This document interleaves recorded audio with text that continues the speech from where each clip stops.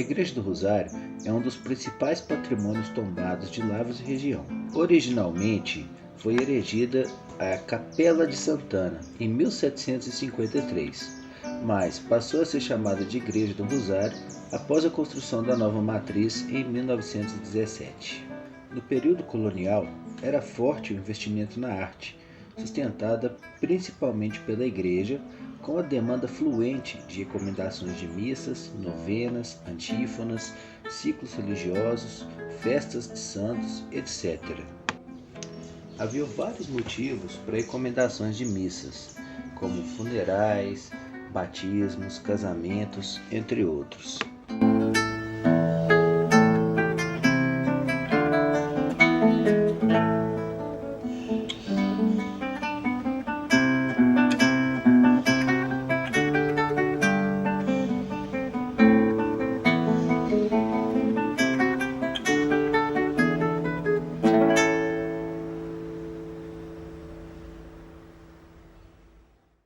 A formação artística era uma das principais atividades de trabalho e renda, muitas vezes investindo no ensino musical a escravos com o propósito de alugá-los para as performances das festas cristãs. Um fato crucial para a formação da nossa identidade era o ensino de música aos escravos e o ensino de música também fomentado pelas irmandades, sobretudo a Irmandade do Rosário dos Pretos. Este foi um fenômeno imprescindível para a formação da identidade cultural mineira, sobretudo musical, no qual gerou inúmeros grandes artistas, negros e mulatos, sobretudo no campo musical, gerando compositores e maestros como Lobo de Mesquita, Maurício Nunes Garcia e, em Lavras e região, maestros como João da Mata, Padre Tutu, entre outros.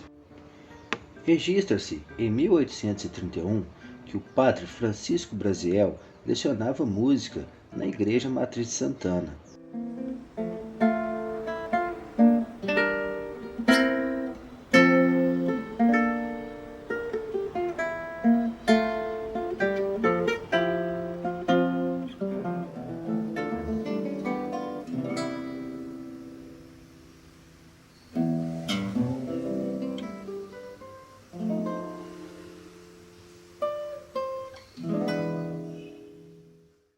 Neste contexto, a música sacra e erudita se funde com a música popular das tradições do campo, escravos e europeus pobres, gerando assim nossa identidade musical, social e territorial.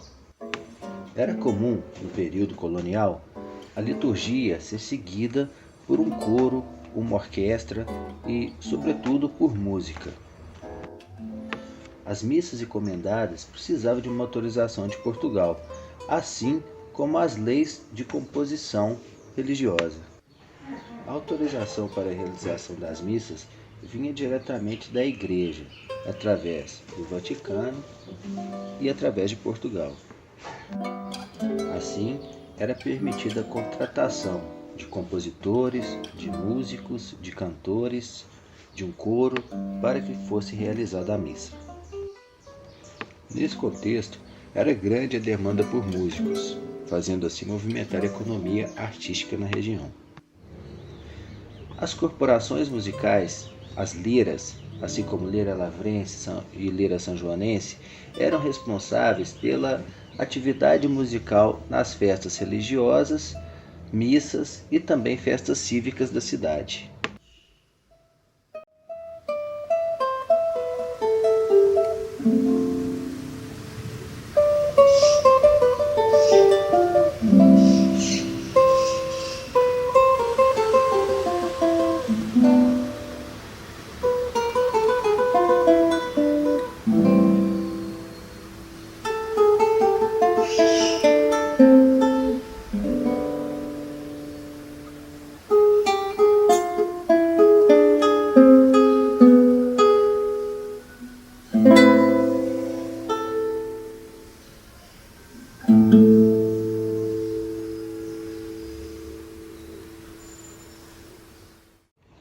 Já no século XIX, temos referências sobre a corporação musical Lira Lavrense, no qual encerrou suas atividades no início do século XX, sendo seus remanescentes criadores da atual e centenária Euterpe Operária.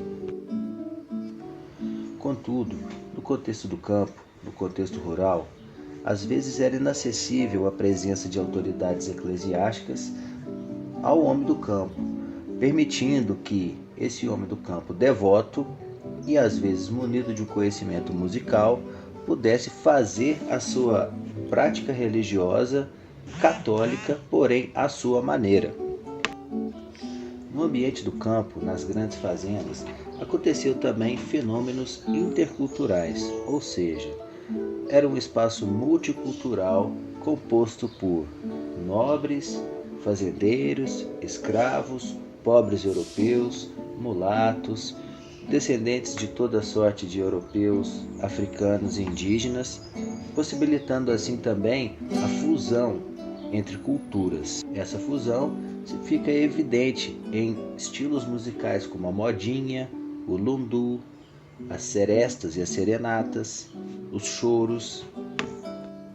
No século XIX, a ópera italiana atingia o seu auge. Com o fim da escravidão, a imigração italiana se tornou presente em nossa região, trazendo consigo a sua cultura.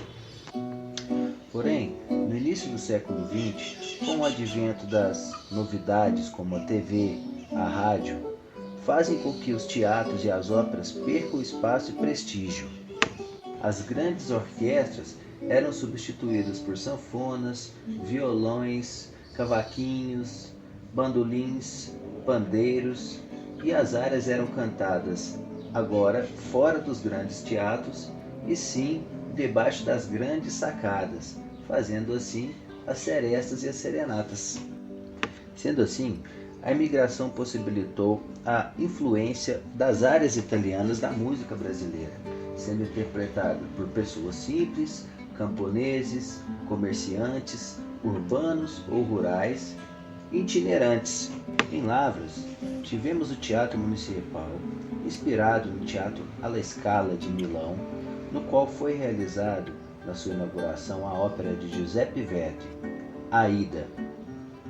Também o grandioso auditório Lenny Morton, no qual, aos relatos da Gazeta do fim do século XIX e início do século XX, eram frequentes a realização de repertórios como Carlos Gomes, Rossini, Verdi, pelos alunos da Escola de Música do Instituto Evangélico, atualmente Instituto Presbiteriano Gama.